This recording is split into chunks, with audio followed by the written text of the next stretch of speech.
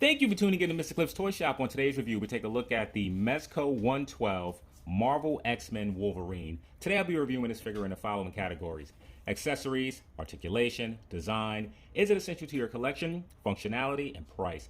Once those scores are totaled, I give you my opinion if this figure is a pass or a purchase.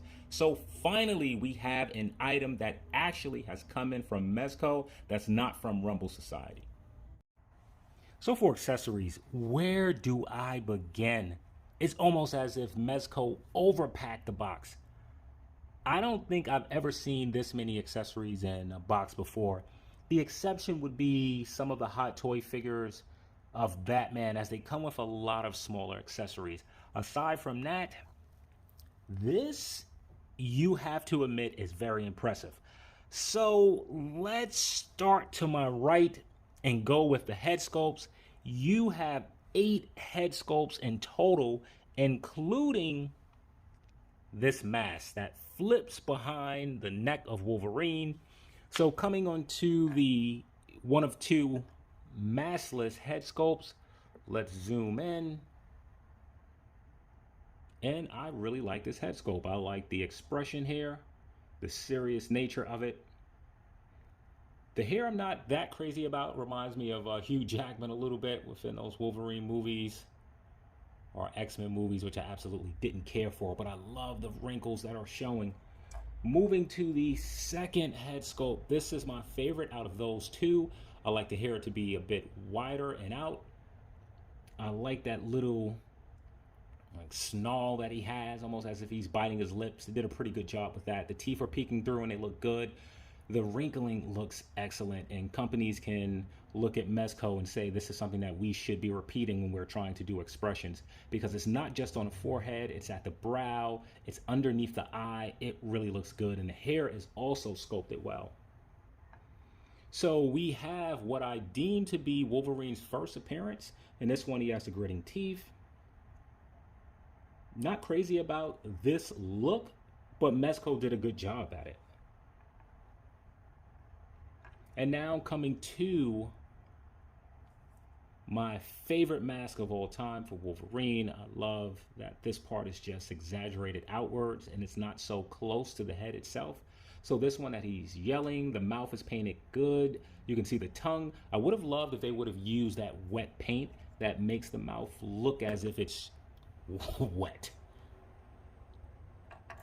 So we have another head sculpt.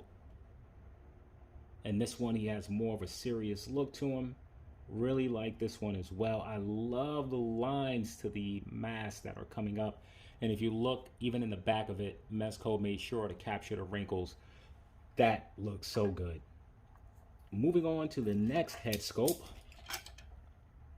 So you have the bruised and battered one.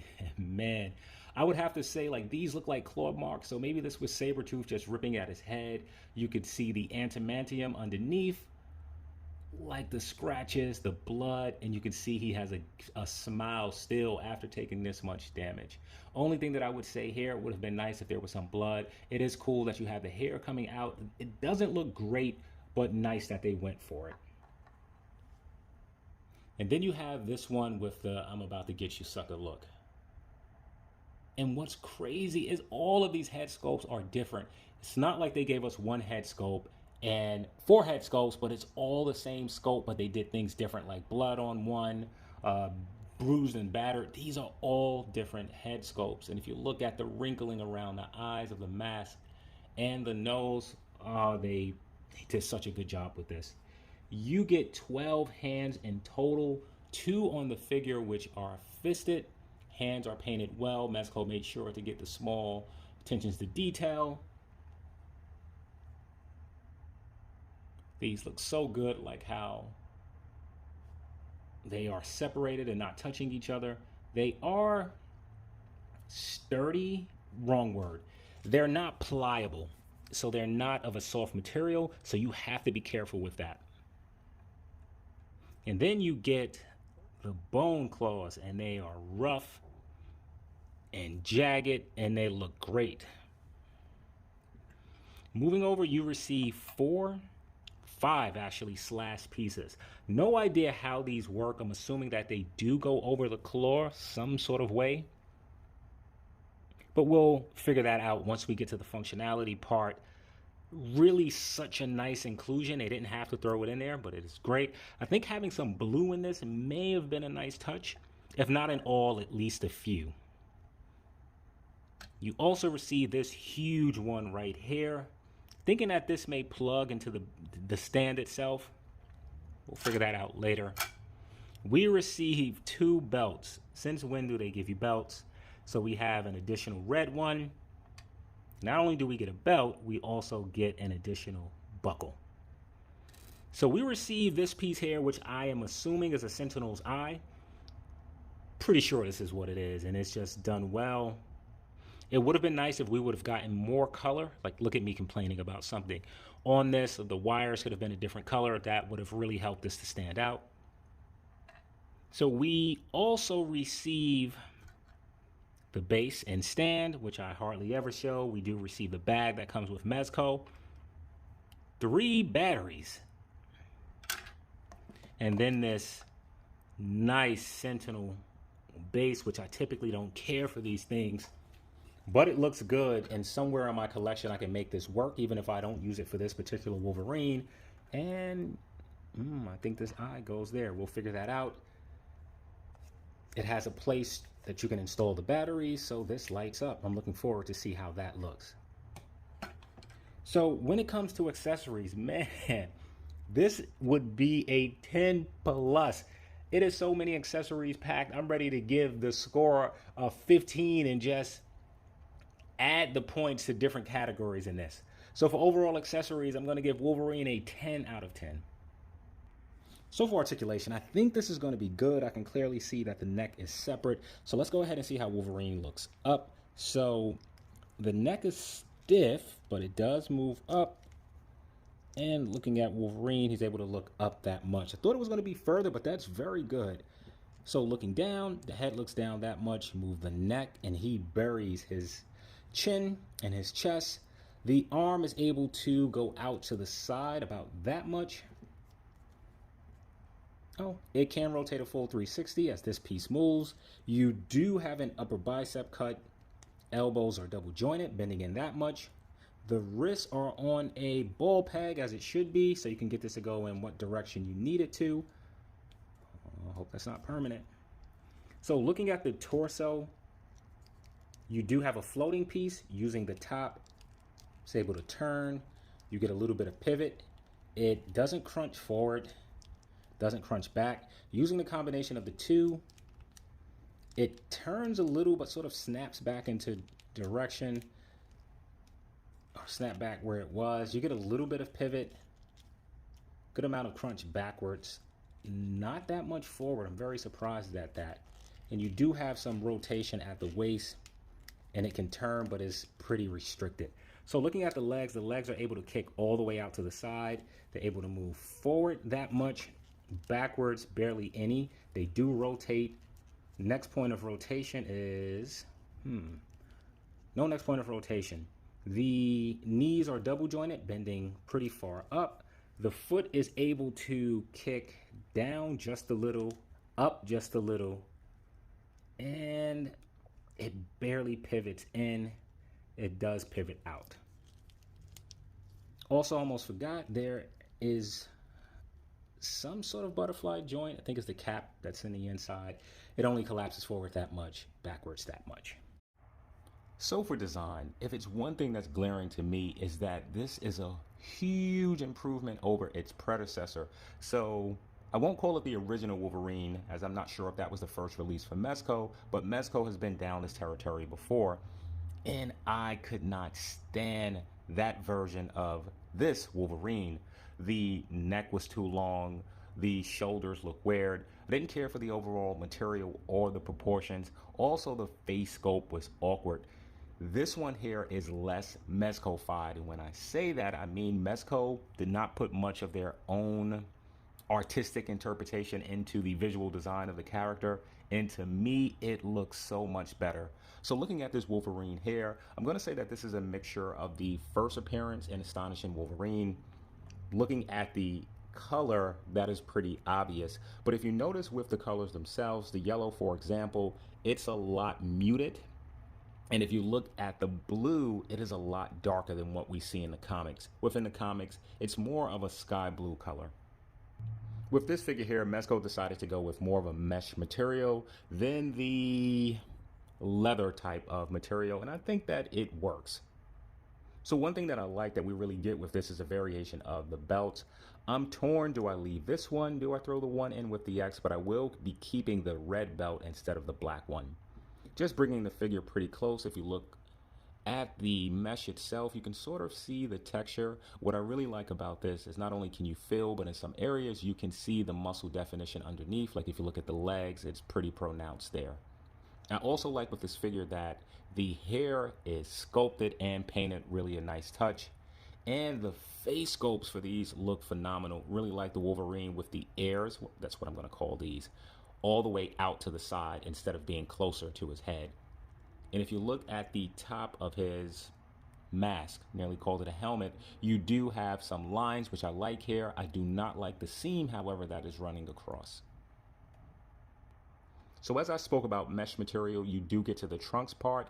This is more of a leather type of material, and if you could see, it looks like he has a jock strap. Is a pretty bulging area right there. I really like how Mezco made sure to pay attention to the small details. The eyes are painted white, which in my opinion looks fantastic. Just the small metal rivets that are here, here. Some accents that are on the belt that are painted, coming down to where his claws come out of.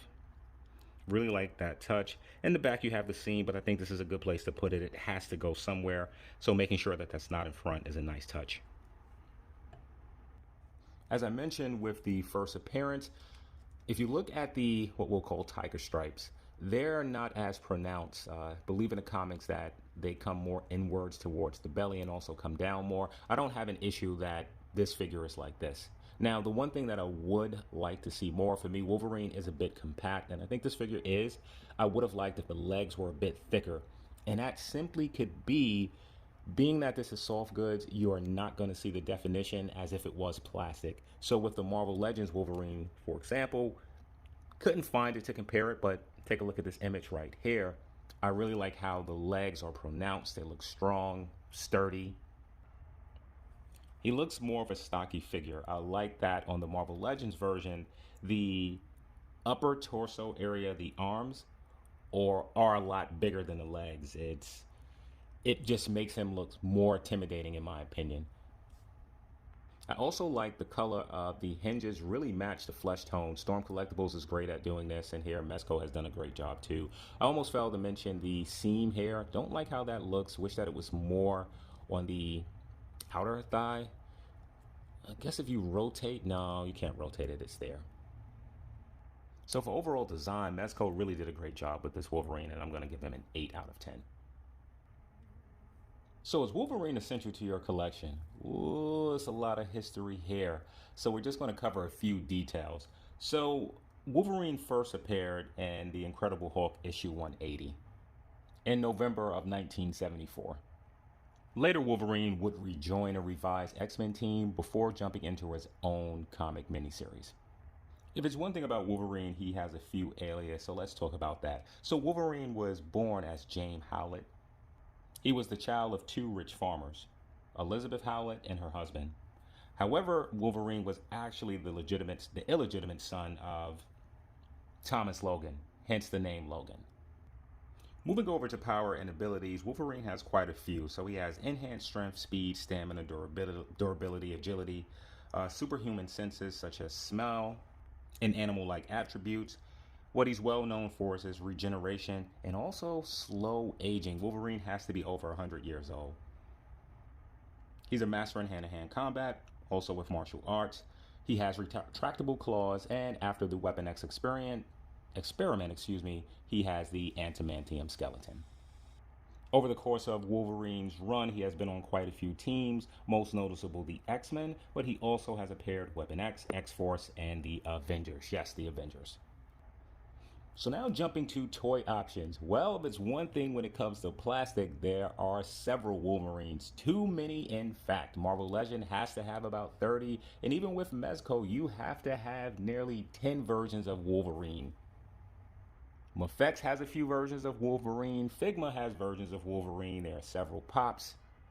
And probably companies that created Wolverine, which I can't think of at this time. So when it comes to toy option, there is no shortage of Wolverine. So as far as Wolverine being essential to your collection, I'm going to give him a 6 out of 10. So for functionality, I am really dreading this part as Wolverine comes with so much. I'm going to try to get through this pretty quickly as I don't think I'm going to be able to. So as you can see, Wolverine clearly passes the stand test. I want to go ahead and start with his belt.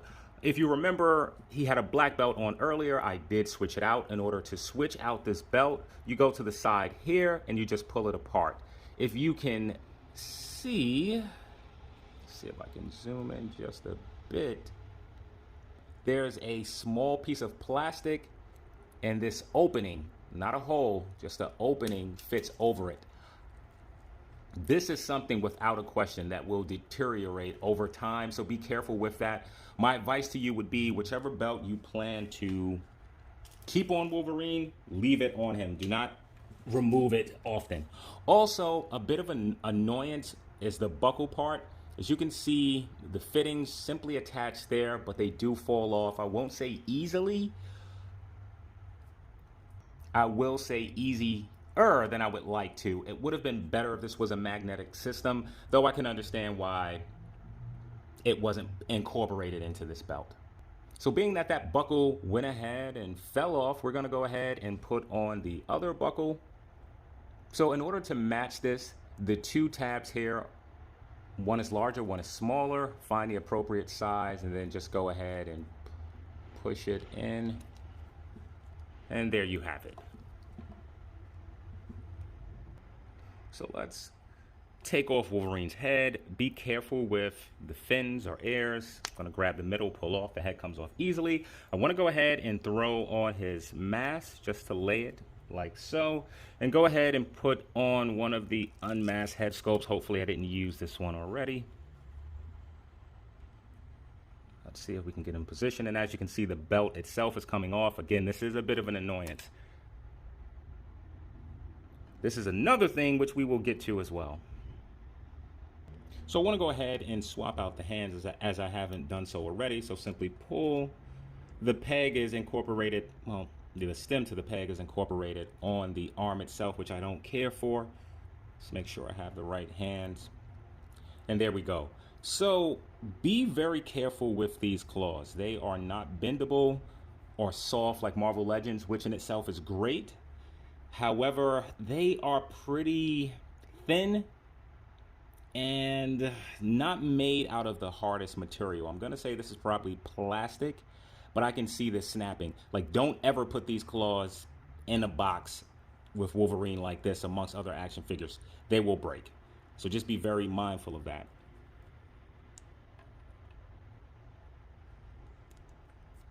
Okay, so with the hands on, and they look incredible, with the claws on rather, we're going to go ahead and try to attach those slashing accessories, and I have no idea how they go. So with the slashing accessories, we received 5 in total. I'm going to show 4 of them now, as I think these are the pieces that attach to his claws, a hand somehow, and then it's one larger X-shaped slash effect piece, which I will show a bit later. Now, I have no clue how this goes as we don't receive instructions, nor are there any images on the box that will give an idea. I'm assuming that maybe these go over this somehow, or under this, or maybe it's a plug-in system. But that doesn't look like the case. This one is pretty heavy. I can see the other ones working, and there's that belt again. We're going to remove that for now. So give me a moment and let me attempt to figure this out. Producer, rewind the video. I made some mistakes. So after recording the entire functionality part, I discovered something. What you might ask is instructions that comes with this figure, and it just completely changes things as I was incorrect about quite a few things. Now I have no idea how I'm going to insert this into the video as I have no intentions of reshooting the entire functionality department. So let's talk about where I was wrong. First, these slash effect pieces do work with the claws. In order to do so, thank you instructions, there are holes right here, and if you align the claws in those holes, am I saying holes? I meant to say holes. I'm not sure I fixed it, but either way. All right, it's taking me some time to get this done. All right, I was having problems with that particular effect piece, so this is another one. And just to show you how that works, there are openings up top. If you take the time to align the claws properly, Wolverine can hold them with his claws and have a slashing effect. Now, from what I can tell, some of the effect pieces work with either the left or right hand, so just make sure that you're doing it properly. And the same can be said for that huge slash effect piece. His hands go in this way up top, this way at the bottom. I think I was pretty close to the bottom. Maybe not. Now I need to figure out how to implement this into the video. Do I show the entire part to where I messed up? Or do I cut that and just jump to this segment? I have to figure that out. Also, I have to update the score. Now, looking at the last and largest effect piece, this one has holes in each of the slashing parts, and I'm assuming that those holes are for his claws to peg into. What I'm concerned is the weight of this, though we're going to give it a try. What would have been better, again, if that base would be able to mount to this. So I'm going to take these claws, and let's see if we can. I think I got it. All right, let's maybe not. All right, not the easiest to do on camera. You are able to get the claws to fit in, but they do not push through all the way, so this piece doesn't sit properly. Maybe the bone claws work better. All right, so the bone claws do seem to work better if you can see them on this end. I'm going to attempt to get Wolverine to hold it up this way. Let's see if it works. Okay, not ideal, but technically he can hold it. You do have to finagle it a bit. You do have to sort of invert the hands. It's not what I want, but there it is, and he does stand. All right, so let's go to the next part before I forget, and let's talk about this shoulder pad. So the engineering here allows you to be able to move the peg as Wolverine is lifting his arm, which it doesn't detach. That's pretty cool. Though I think the better option would have been able to have it actually attached to his upper arm and having it collapse over the arm this way rather than going inwards. The issue with this is that there is an attachment and this falls off a lot. And if you see the attachment, it is a very thin piece of plastic. This is not something that I would want to have to attach on also a thin piece of plastic over and over again. So I am absolutely concerned about this part, and I'm considering gluing it on. So I have taken the liberty of installing the batteries. Turn this around. There's an on and off switch. And at first I was wondering why I was not getting light here. I'm actually going to turn the light down. So I thought that I had the batteries in the wrong way, but what you have to do is actually push this button right here and you get a cool light up feature in the chest and in both eyes. And here you can see that that damaged eye is flickering. Now what I want to see if the separate attachment for the eye actually shows any light up if you place it in. Here's that separate eye, and I'm going to say it's no way that you see light out of this. So I prefer it with it removed. It flashing like this is really cool. It would have been great if this had a plug so that you could leave this charge continuously and didn't have to worry about the batteries. Okay, so now to get ready to close this out. So if I haven't talked about the soft goods, I'm not worried about this being damaged. Perhaps I am worried about some breakage or creasing left on the trunks. You can see some creasing already, but in my opinion, it looks good, and I'm going to say that this is intentional.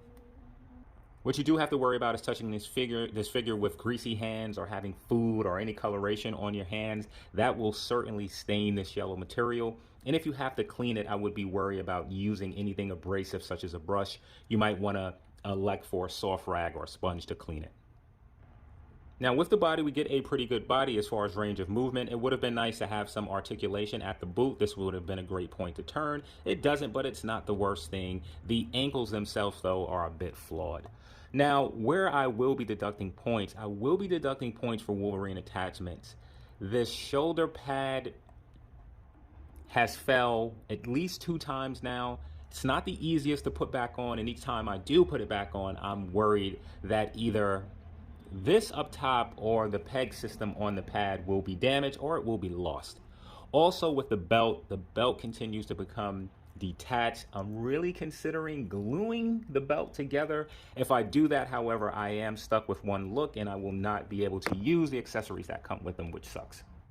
So for overall functionality, I'll be giving Wolverine an 8 out of 10. So for pricing, Wolverine comes in at a whopping $155. That is before taxes. That is before shipping. Add in the 2, you're looking at a price point of $175. That is 1/6 scale territory. So now is Wolverine worth the price of admission? So looking at accessories, the accessories do not disappoint. And of course, they are responsible for driving what should have been an $80 figure to double that price. You receive some fantastic accessories. Some I'm not sure if you will ever use. You have 8 head sculpts in total. You also have the mask to put behind the 2 maskless ones, which I really like. You have 12 hands, I believe, in total. A combination of fisted hand with no claws, fisted hands with antimantium claws, and also hands that have the bone claws. You receive all of these slash effect pieces and a great diorama piece to add to your X-Men's photo shots. But what you have to ask yourself, is it too much? Is it too many accessories packed in? So for pricing, I'm really struggling on this one. Does it cost a lot? Yeah, it do. But looking at all of the accessories, is the price justified?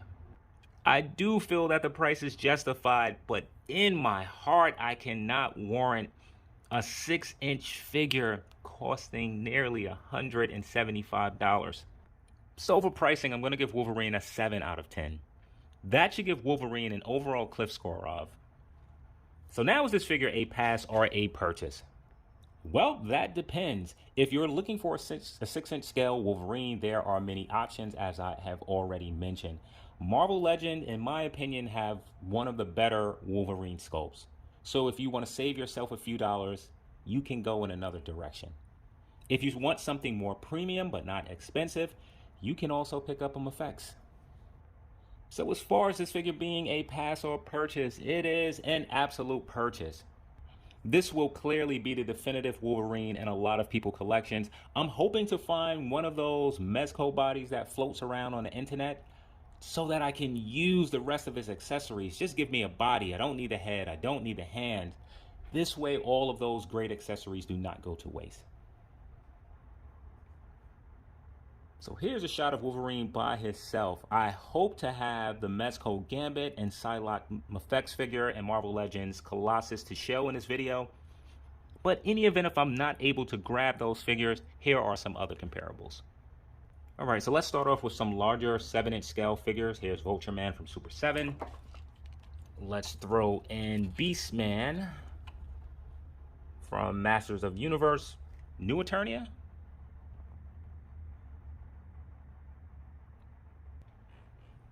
Let's throw in a G.I. Joe Classified Storm Shadow.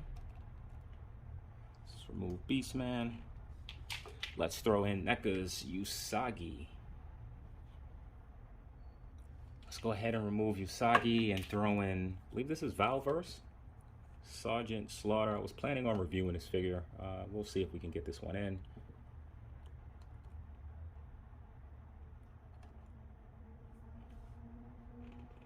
Alright, in the event if I'm not able to throw in my X-Men characters, I want to thank you for tuning in to Mr. Cliff's Toy Shop, and I hope to see you during the next episode. Able to get 2 of the figures that I wanted to pair next to this Wolverine. The first being the Mephex Psylocke. And this figure, while it may look great, it is extremely loose. Yeah, I haven't taken out the plastic yet. I don't know why, I just haven't. And this one here, which is a really solid figure, and that's the Mezco Gambit. I wanted to throw in my Marvel Legends Cyclops. It was too much work for me to get to him. Not Cyclops, Colossus, excuse me. Cyclops, I'm not sure if we still have a really good Cyclops at this point. The Marvel Legend one, it works, but it should be on a larger body. The Mephex one, in my opinion, it looks really good, but it seems too small. Especially if I'm going to mix it in this particular line, as I don't purchase many Mephex figures. This actually came from a trade. I'm considering picking up the Mephex Jean Grey, as that's another character to where we really don't have a good version of Jean Grey. So I am going to end out on this video. Thank you for tuning in to Mr. Cliff's Toy Shop, and hope to see you during the next review. Also, how are you building your X-Men team? Do you have a mixture of Legends, Mephex, Fig Arts, and other figures, or are you sticking to one line? Do you have an X-Men display for Legends? Do you have an X-Men display for Mephex? Do you have an X-Men display for Mezco? I'm curious to know.